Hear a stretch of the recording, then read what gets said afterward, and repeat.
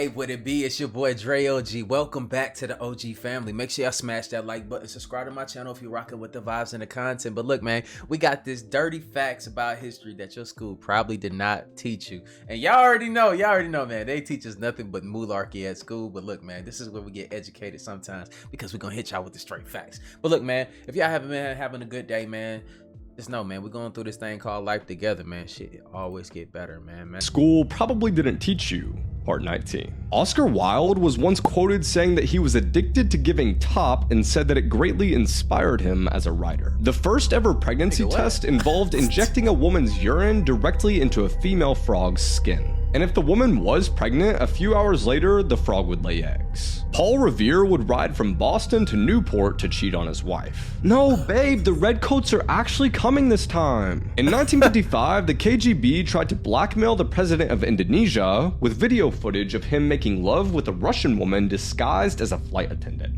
However, this backfired because the president did not care and requested the tape so he could flex on his friends back home. Giving someone the finger actually dates back 2,000 years, and it used to mean that you were threatening someone with sex. So while today it means fuck you, back then it meant I'm going to fuck you. You won't believe these disturbing beauty trends throughout history. During the Renaissance, having paler skin was considered more beautiful, so women would have leeches suck their blood to make them look more pale. They would find leeches in the forest and let them suck their blood by placing them on different parts of the body, usually the ears, which is obviously very painful. This trend came from the belief that wealthier people didn't have to work outside so they couldn't get tanned. So people began associating paler skin with higher social status. But this next one might even be worse, because men used to rub pigeon droppings on their heads to cure baldness. In ancient Greece, men used a mixture of cumin, horseradish, and pigeon droppings on their head when they were balding. There have been similar practices in ancient Egypt, even though there's no proof that it actually works. Another beauty trend was big watery eyes.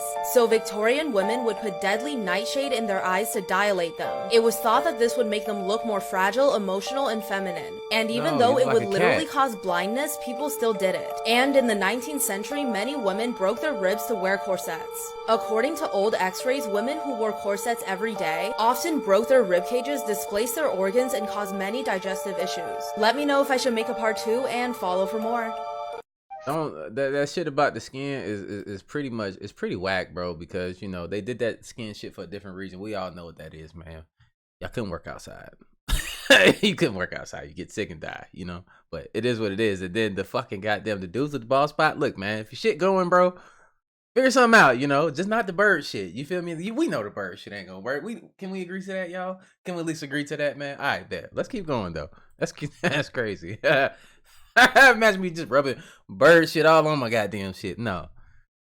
Photos from history you weren't meant to see. This first photo shows a suit that's entirely covered in nails, and I was pretty surprised to find out what it was used for. This is a Siberian bear hunting suit from the 1800s. It includes an iron helmet, leather pants, and leather jacket, all studded with 1-inch iron nails. Supposedly it was intended to be used to hunt bears, but the origin of the suit is still unconfirmed. But as of July of 2021, the suit is now in a museum. And this next photo looks like it came straight out of a horror movie, but it was actually quite common back in the day, because this is what Halloween costumes used to look like.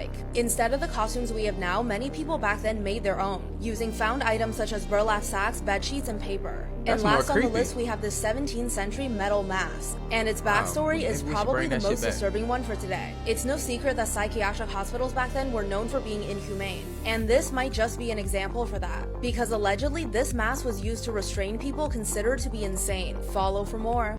Queen Elizabeth. This is gonna make them more insane. Did y'all see that damn mask? Bro, imagine being trapped in that. Absolutely not. You don't think I'm gonna go insane? That's crazy. Blasphemous. Like, what are we watching? Considered to be insane. Follow for more. Queen Elizabeth I of England had terrible teeth. During her reign, sugar was beginning to arrive from colonies in the West Indies. She had fangs. It was an incredibly popular luxury product, enjoyed only by the wealthy. Wealthy people like Queen Elizabeth, who had a notorious sweet tooth. She ate so much sugar that her teeth began to rot and turn black. Now word began spreading around England that the expensive sugar was turning teeth black, and people that couldn't afford sugar. That's not sugar. The sugar they talking about is it comes from black people's bodies. That's what they like to eat over there. Damn, began serpents. to color their teeth, having black and rotting teeth, Look at her teeth. then became a are status fangs, symbol. bro. Here are some more dangerous beauty trends from history. Around the 16th century, and I believe that this was also done in the 17th and 18th century, women would want a porcelain-like skin, so they would use a whitening cosmetic called Venetian ceruse, also known as spirits of Saturn. This was made of water, vinegar, and white lead, and they would rub this all over their face to get that white complexion. Using the mixture because of the white lead was so dangerous, obviously, and would cause severe side effects such as hair loss, skin decay, organ failure, and death. It is also Look, said... I ain't gonna lie though. Hey, did y'all see that picture when they first showing this shit? I knew something was wrong because her hairline was like way the fuck back here. I hear that's just crazy, bro. Like, it ain't worth it at the end of the day. Fuck that skin shit. Your fucking hair is running away from your face at this point. that Venetian ceruse led to the death of the Countess of Coventry, Maria Coventry, from overusing the mixture in her quest for the best skin. Romans were all about rosy cheeks, and to get that rouge colour, they would use cinnabar, which was a mineral deep red in colour and consists of mercury sulfide, which would be made into a powder and then mixed with red lead. Using this product definitely gave their face that rosy complexion, but because mercury is now known to be one of the most poisonous elements on Earth, and adding lead into the mix definitely doesn't help, the use of this product would cause tremors, confusion, and death. In 1814, a company in Germany made this new vibrant colour of green dye that became really popular. Victorian Britain became obsessed with this colour, and it was said to be bathed in green. But what they didn't realise was the arsenic in the dye could actually kill them. The women who would wear these green dresses would often develop scabs. The dye could even make your hair fall out, and prolonged exposure could lead to vomiting up blood or liver and kidney failure. Ironically, I just realised I was wearing green this whole time and it wasn't planned. Here are some dangerous beauty trends from history. In the Victorian era, big watery eyes were really popular. And to achieve this, women would use eye drops that were made from a plant called nightshade. The solution called belladonna that was made from the plant would give them the desired look of big diluted eyes. But this plant was also extremely toxic. In large doses, the eye drops would cause blindness, and if the plant was consumed, the results could be fatal. Interestingly enough, this information was actually known back then, but people just didn't care and would rather take the risk. If you hear people say, "I can feel this picture," this is the one for me because I can feel that. So in ancient China, tiny feet symbolized the purest form of being feminine. Little girls from upper-class families were forced to wear doll-sized shoes, which would stunt the growth of their feet. An ideal bride would have what they called golden lotus, which means that her feet were only 3 inches long. And if a woman had feet that exceeded 5 inches long, her chances of marriage was pretty much non-existent. I read that this practice was finally banned in 1912. And lastly, we have... Hey, you gotta think though, like, imagine you being a man around them at those times. Are you like, damn, yeah, I want the one with the smallest feet that can't walk right? Shit look weird. Look like 2 hands like this. Walk like that's you can't make this stuff up, y'all. You can't make this stuff up. We're gonna keep going though. That shit is crazy. The dimple machine. So in 1936, Evangeline Isabella Gilbert invented what she called a dimple machine. This device was made of wire that you wore over your cheeks, and it claimed to create dimples. The advertisement released by Evangeline claimed that if you continued to use this device, you would be left with a perfect set of dimples. The device was also extremely painful to wear, and it didn't really work, so the trend didn't last very long. But Evangeline did make up to $12,000 profit selling this product. These are some of the strangest beauty trends in history. But first, please don't forget to follow me on Instagram and YouTube if you like my content, links in the bio. So this is called skull shaping, and it was a huge beauty trend for the ancient Maya. Beginning around 1000 BC, they started modifying the skulls of their infants. The skull would be strapped to a board, forcing it to reshape itself. It was done for both males and females and didn't have anything to do with social standing, but only ornamental beauty. Secondly, during the Renaissance, eyelashes were seen as unappealing. For European women, the plucking didn't stop at just the eyebrows, but continued to the eyelashes. They also became a symbol of over-sexuality, so a bare face was in. This meant plucking the eyelashes entirely, which sounds way too painful to even think about. I'm gonna be doing a series on weird beauty trends in history. Hey, ladies, don't. Hey, look, man, look. Can we all agree that we ain't bringing that back? We are not. I want to see this shit in the comments down below, man. We not bringing that back, are we? Like, please don't do that. That's how you get broke up with. No other man will ever look at you walking around here looking like a thumb with a wig on. And today I'm going to start off with a weird beauty trend from ancient Rome. So back in ancient Rome, the Romans were obsessed with having white teeth.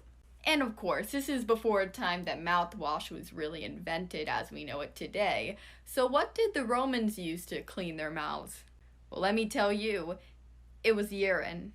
Specifically, they preferred like Portuguese urine. Apparently, Portuguese people had the best urine, so they would import it in and they would use that for mouthwash.